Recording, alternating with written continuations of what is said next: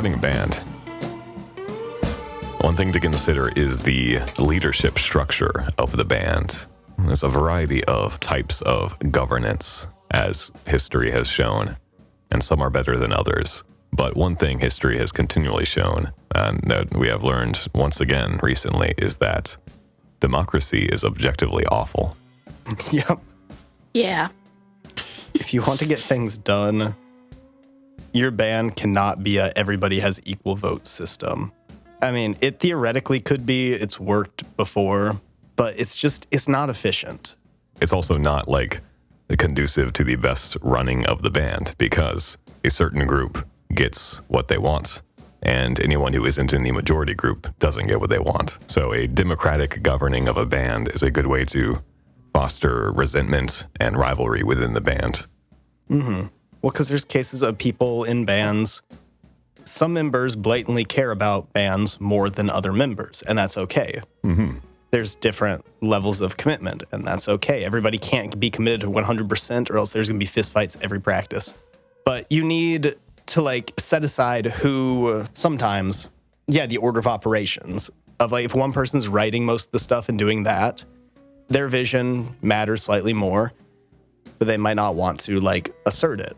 So you just need to discuss, how's it going to work? Because the person who does genuinely doesn't care about the band's vote gets as much merit as the people who are working hard on it at certain times. Then that just gets complicated, and it can also lead to a disdain for the person who doesn't want to put as much effort in. Again, there's no bad thing about not putting as much effort in. I have bands I play in that I've put very little effort into, and I feel kind of bad.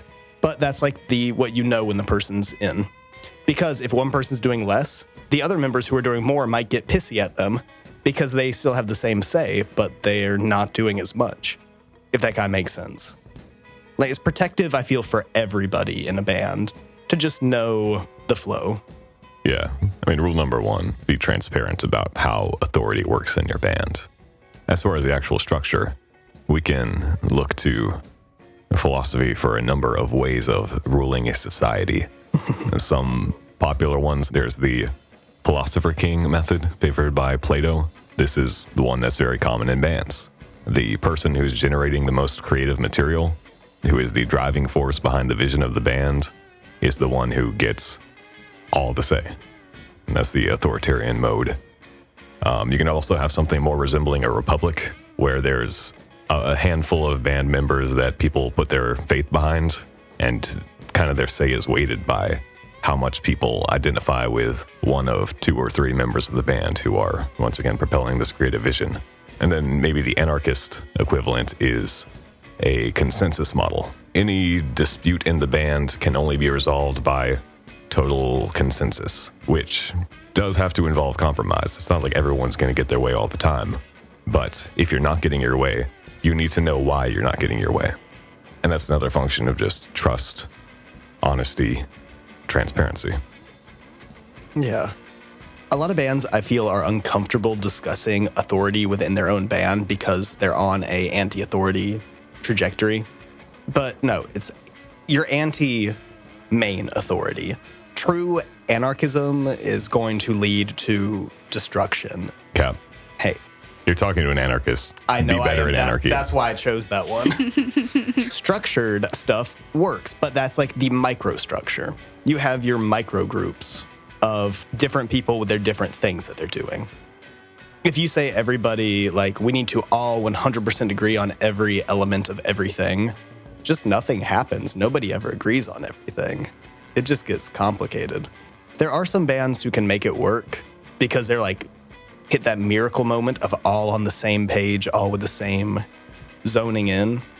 But that's really hard to find with good artists because good artists have mental illness and don't always think properly. And again, a lot of the great bands, part of their greatness is the tension between the creative forces. Mm-hmm. Any one person, sure, there are some creative geniuses, but you're much more likely to have something explosive if there's two explosive personalities that are bumping into each other. And that result shows on record in shows. Yeah. Well, I mean, that's why I enjoy structures for bands with positioning and who's in charge of what specifically. Because then that allows for the explosive tension to happen without destroying everything. Because if there's like a form of checks and balances within a band, then yeah, there can be an explosive thing that happens, except then there's still like 2 to 3 other people who are in charge of holding it down while somebody is, or 2 people are losing it. There's still somebody there to work it out. And like you need to know who's supposed to be in charge if 2 people get in a dispute, or need to know who's supposed to hold the band down. It can sometimes just be a non-spoken thing of, yeah, we know our homie Greg over here is going to hold us down if Fred and Flintstone over there get in an argument. But yeah, you just got to know the structure. And I'll give my pitch for the anarchist model. It does not mean no rules, it means no rulers. This is, I think, how most bands naturally evolve. It's also how most societies naturally evolve. It's not that everyone in the band needs to be 100% on the same page about everything, but there is this, again, usually unspoken idea of who can you trust to have a better idea in certain types of situations. For instance, a vocalist is going to probably determine the lyrical content of the songs, and also is often going to be the spokesperson for the band because they're someone who's supposed to be good with words. Or if your vocalist isn't writing lyrics, whoever writes lyrics. You have to kind of trust them to be good with words and be good with, later on in your career, dealing with media, dealing with the public direction of the band. And so there's the principle of consensus, which is everyone needs to at least know what's going on. No form of force, no form of you're overruled because we established these structures. And if you don't like what's going on, then screw you. We don't care, because that's what tends to breed, again, resentment in bands. But equally important is the idea of deference. If you know someone has authority in a certain domain, then you need to be able to respect that. And you can't carry this resentment into disputes about direction, about business, about creative direction. Yeah.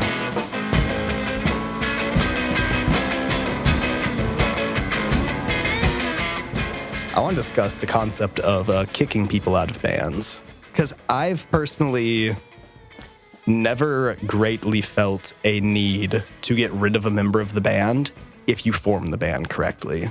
Like, there can be a lot of issues within the band, but if it's truly committed to like your idea, I never feel like fully kicking somebody out is necessary. I've got a number of counterexamples. Hit me. Someone does something non-band related that is shitty enough that everyone in the band agrees they just don't want to be associated with this person. That's not a realistic thing. That hasn't happened before. Not in this That is, I think, What? the main good reason to kick someone out of the band, possibly the only good reason. Because again, if there's a reason you're bringing this person into the band to start with, you've got to have some sort of social chemistry, some sort of creative chemistry. So if outside pressures, people in the band also agree with the sentiment of these outside pressures. Obviously, I want to have a whole episode on cancellation. There's a lot to say about that. But my sentence long stance is, if someone's dumb enough to do something to get themselves canceled, 95% of the time they deserve to get kicked out of whatever band is going to kick them out of the band. Mm-hmm. I'd elaborate on, you can disagree with the person's cancellation or whatever thing's happening, but as a band / business, the person did a thing that's causing the band to have to deal with it in their personal life. That's not band related. It's different if your band does something that people get pissed at. It's entirely a whole new thing if it's just you. That's not in the band's image at that point. That's you as a person are now overruling the band's image. Your image is now one of the more predominant things versus the band's. Yeah, depending on how you want to frame it morally, it's either just selfishness or stupidity. I don't have any sort of ethical stance on selfishness. I think that's the nature of all human action, so I would just call it stupidity. But yeah, you can also call it selfish to let your own personal issues cause problems for the bandmates who you are supposed to have this trust with. Yeah, if you don't care about the band, then that's different. But also, if you care about the band, then it's not in your self-interest to do something that's going to get your spotlight on the band. That's why I'm very big about the concept of everywhere you go, somebody will probably know that you're in this certain band. And if not, they can find out that you're in that band. And if you are a just total asshole walking about or do stupid things, even on one-off occasions, yeah, somebody might recognize you from that band. If you're at a bar and act a fool, or you make posts on social media that are just whack, or you're doing copious illegal things that aren't like the badass illegal things, they're just like the reckless illegal things, then it's not a good look. And if your goal is to be successful with your band, you have to treat yourself like you're a celebrity in the sense of everybody's watching you all the time. Don't get caught. Don't get caught. Amen. Pay in cash is all I'm saying.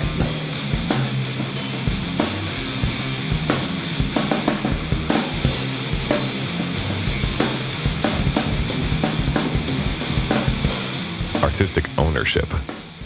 This gets into questions of, like, member gets kicked out of the band, but they also wrote a good amount of material, or wrote the majority of several of the band's songs. Do they have a right to perform this? Does the person who got kicked out have a right to perform that song that they wrote? I'd say yes on both ends. Yeah, to both for sure. Yeah, you can perform songs on stage that you didn't write or know the producer or know the writer of. You can just play covers on stage, and if you just so happen to write the song that you're doing a cover of, I just threw up air quotations for the listeners at home. Like, you can call it a cover. They can get mad all they want, but it's exposure at the end of the day. And on the case of, like, can the artist who actually wrote the song, who was then kicked out, can they perform it? Yeah, because it's going to be different. But that also comes down to get your legalities in check. Work out the legal parts of your thing. It's not going to matter for a lot of people, but if it's like a big song that suddenly blows up with the band playing it when somebody else wrote it, just don't be wankers and let the dude have the writing money. Did he record parts of it? Then yes, he gets part of that too, but... Transparency up front as far as your, like, credits on DistroKid. Credit all musicians involved in your projects, just as a basic principle. But in the actual thing, when you hit the X-ray part of whatever it is. Yeah, words by this person, music by this person. You've got options to add, this person played guitar, this person played bass, this person played keys. Because, I mean, in reality, doesn't matter how much you set up ahead of time, whoever has more money to afford a better lawyer is going to win the court case, because no judge knows shit about artistic creation. We've proven this over and over again with some blatantly absurd court cases. Yep.